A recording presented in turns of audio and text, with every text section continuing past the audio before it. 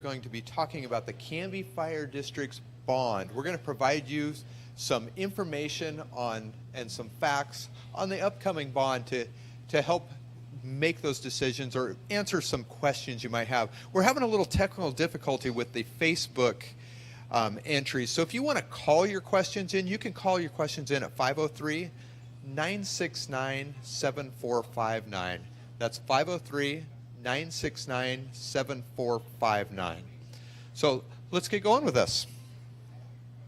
So a little bit of history about Canby Fire. Canby Fire was started in 1899, was the first fire company.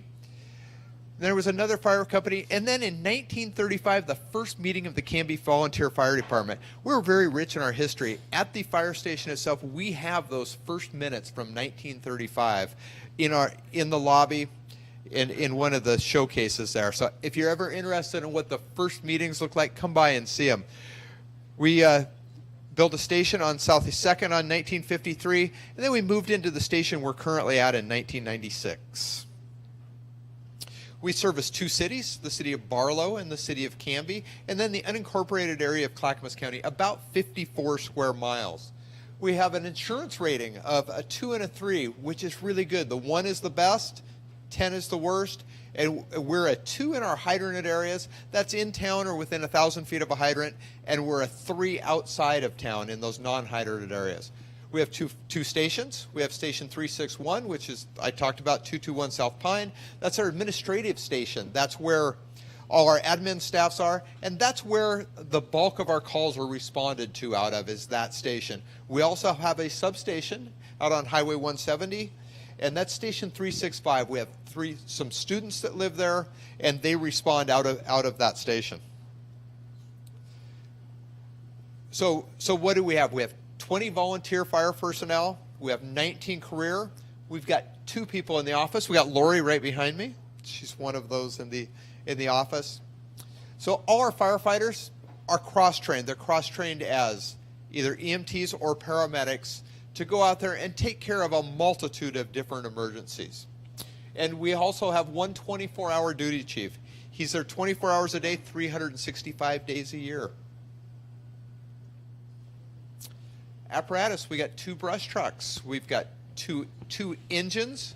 We've got 2 water tenders. The water tenders are used when we're outside of the hydranted area. We're into an area where we have to take our water with us.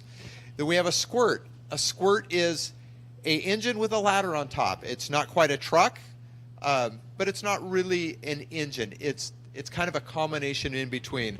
Our squirt has a 61-foot ladder on top, and it has a short elevated stream. We have 1 battalion vehicle that we go out on calls, and then we run 3 ambulances. We are the transporting agency. We're one of the transporting agencies in Clackamas County. We have what we call an ambulance service area that we cover, and that is also that 54 square miles around us. We find that, and we feel that is a great level of service to be able to not only come to your home for an emergency medical call, but also take you to the hospital. So we transport you all the time. The first person that gets you is normally the person that takes you all the way to the hospital, and we really like that level of care. And we have 2 medics that are staffed 24 hours a day. So where did all this come from? How have we gotten here? About 4 years ago, we came up with a strategic plan. We worked with a lot of partners with that strategic plan, from the general public to the guys in the fire station. So what did we do? We looked at different goals. Our goal 1 is medical life safety. How do we make that better? We reconfigured how we respond and how we have our staff there.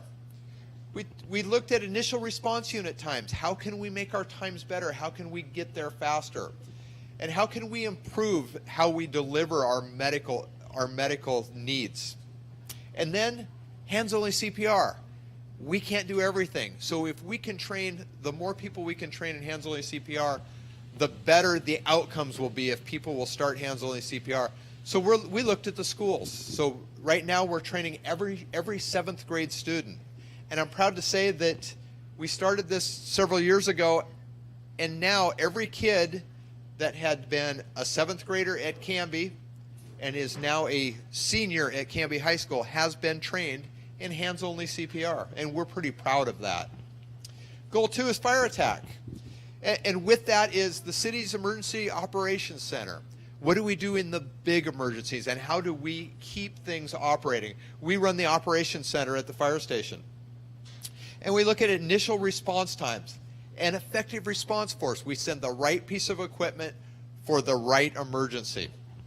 And then I talked about our insurance ratings, and then fire deaths. We're proud to say in the last couple of years we've had 0 fire deaths. Goal 3 is community partnerships. Community paramedic. What is that? That's somebody that goes out when we get somebody that calls 911 quite a few times. We go out and meet with them and see if we can help them with their needs, and is there another way that we can help get them some medical help. We work with Bridging Cultures. It's been a great partnership with Bridging Cultures and working with that other community that we have here that is 25% of the public that we serve. So that's a big thing to get their fall prevention to, and to get emergency information out to. Falls are our #1 calls, so we work on fall prevention. We go out and teach fall prevention classes, and we try to bring that number down. They keep increasing, but we keep out there training to try to bring those numbers down. Increase the number of AEDs. If you look around our community, there are lots of AEDs. If you get on Pulse Point, you can actually see where all those AEDs are. Work really hard to get the training for people that have the AEDs and get the AEDs out in the community. I mentioned Pulse Point. Pulse Point is a program that you can get on. It's an app. It's a free app. You can tell when somebody's having a cardiac event, whether they're not breathing and they have no pulse, and it's in a public area, and maybe that's the time that you'll be able to go help and really help our community and help us have better outcomes. Smoke alarm programs. We get smoke alarms into people's homes. That's important that we all have working smoke alarms. So hopefully you out there have checked your smoke alarm this month. If you haven't, tonight probably be a good night to do it after you listen to this broadcast. And then social media. We're on social media, and we put out a lot of safety things on social media. We're on Twitter, we're on Facebook, and we're also on Instagram now. So goal 4, how do we get volunteers? How do we retain them? And then how do we get career personnel, and how do we retain them? We like those long-term employees and those people that we have around for a long time. And then we started a high school explorer program. So sophomores up to seniors have the ability to come in and learn about being a fireman and see if that's what they want to do. And it's not just guys. We love to have ladies come in and the girls to come in and see if the fire service is something for them. And then fiscal accountability.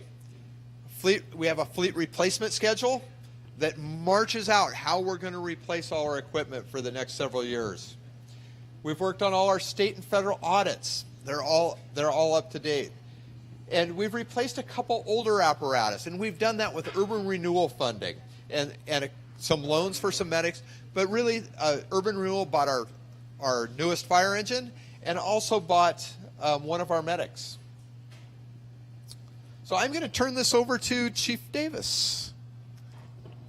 Thank you, Todd. And first of all, I'd like to thank Gwynns Coffee for allowing us to use their facility tonight. It's very helpful to have this facility to speak to the people tonight. And I would like to start out by saying that the current property tax for the fire district, the permanent rate is $1.54, with our local option levy at 45 cents. The important part to remember is that the fire district has never gone for a capital obligation bond. And so the actual how we expend the money is that over 64% of our cost go to personnel, and this includes personnel, staff, as well as the volunteers. 7% goes to capital outlay, materials and services 21%, and contingency as 8%. Population served, as everybody knows, Canby is growing. Our industrial area is growing, residential is growing.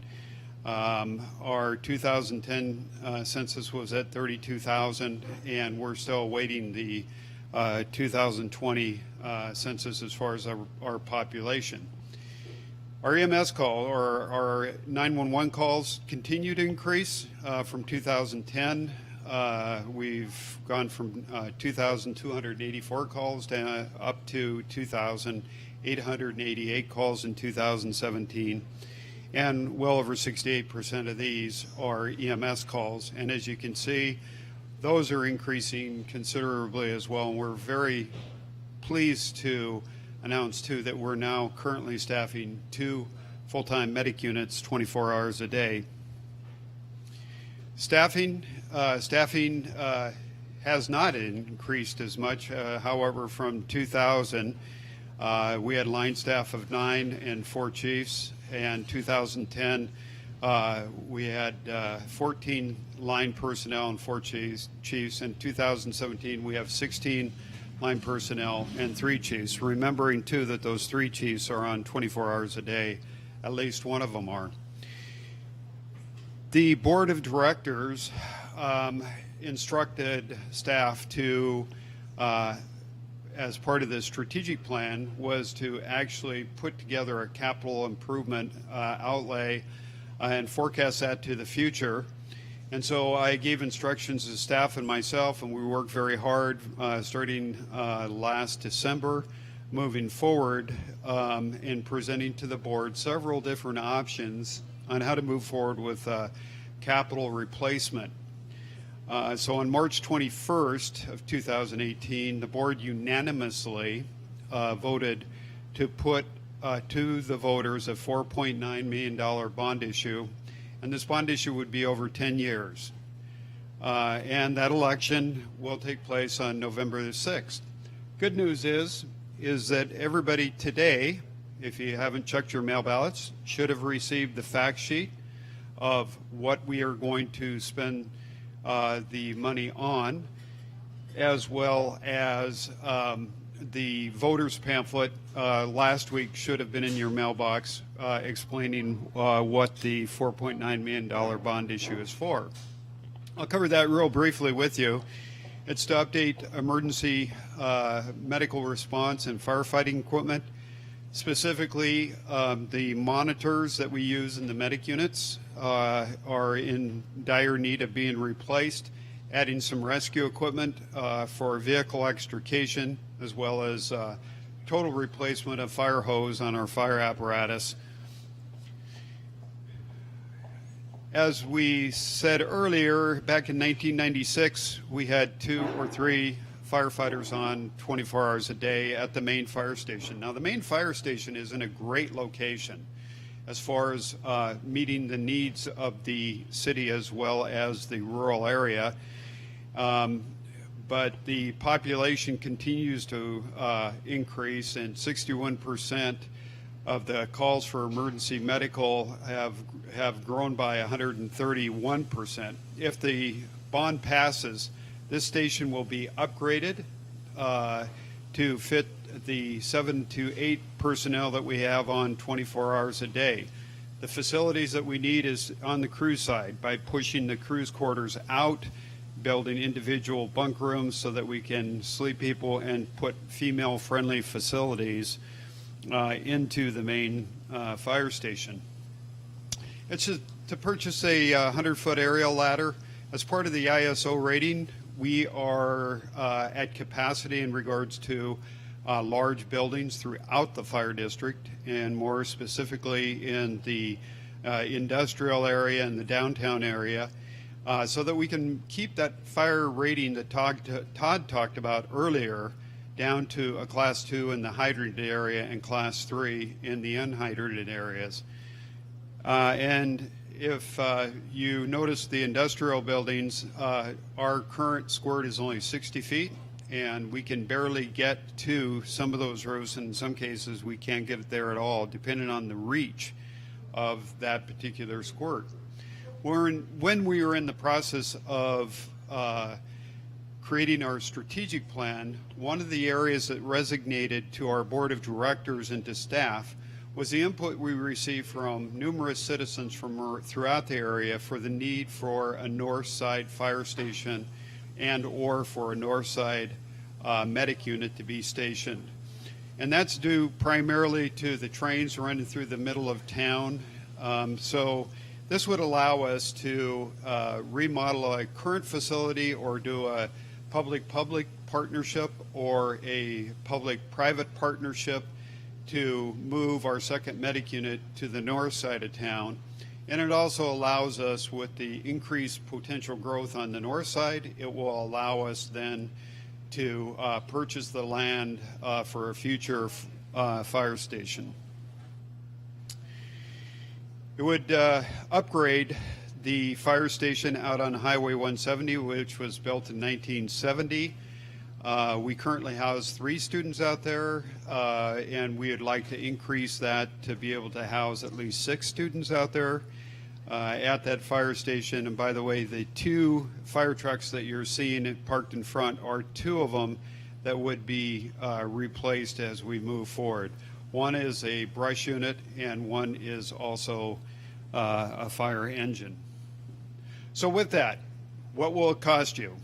Well, again, our permanent tax rate is $1.54. Our local option levy, which is for staffing.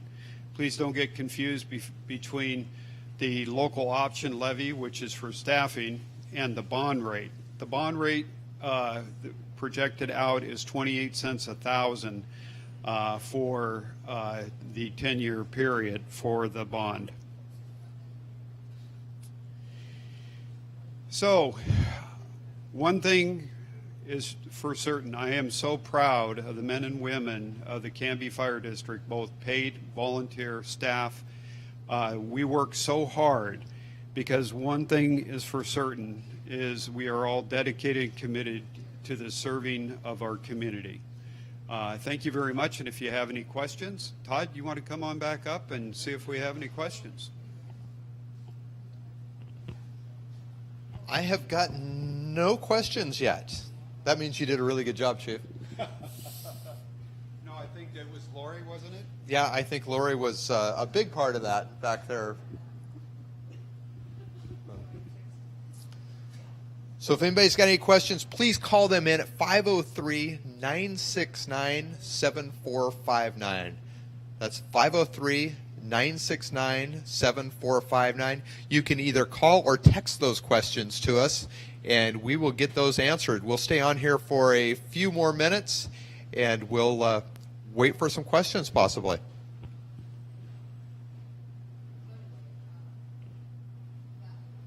We had 7.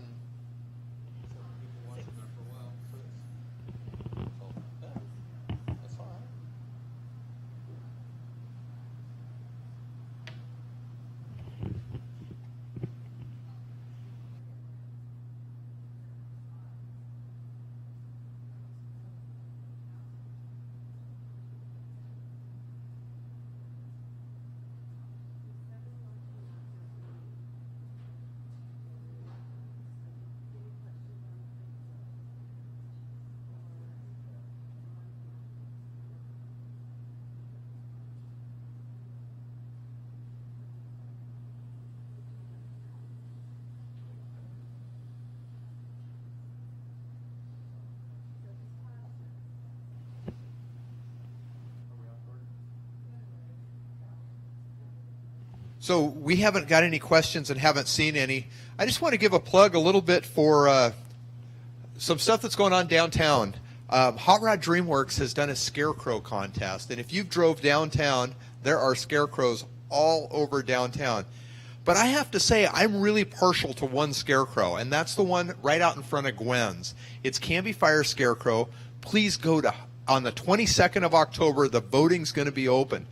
Go to Hot Rod DreamWorks and vote for Canby Fire Scarecrow. If we win, which, you know, I'm in for the winning part. If we win, we're going to donate the money to Providence for the new 3D mammogram machine, and it's $200 that we're going to be able to donate for that. So please see all the scarecrows downtown. It was a great thing downtown. It's pretty cool, and vote for the Canby Fire Scarecrow. And again, we'd like to thank Gwynns for having us here tonight and sticking around so we could do this. And a special thanks to CTV5. They work really hard for us and helped us out a whole bunch with getting the facts out to you and getting the stuff on TV so you know what you're voting for.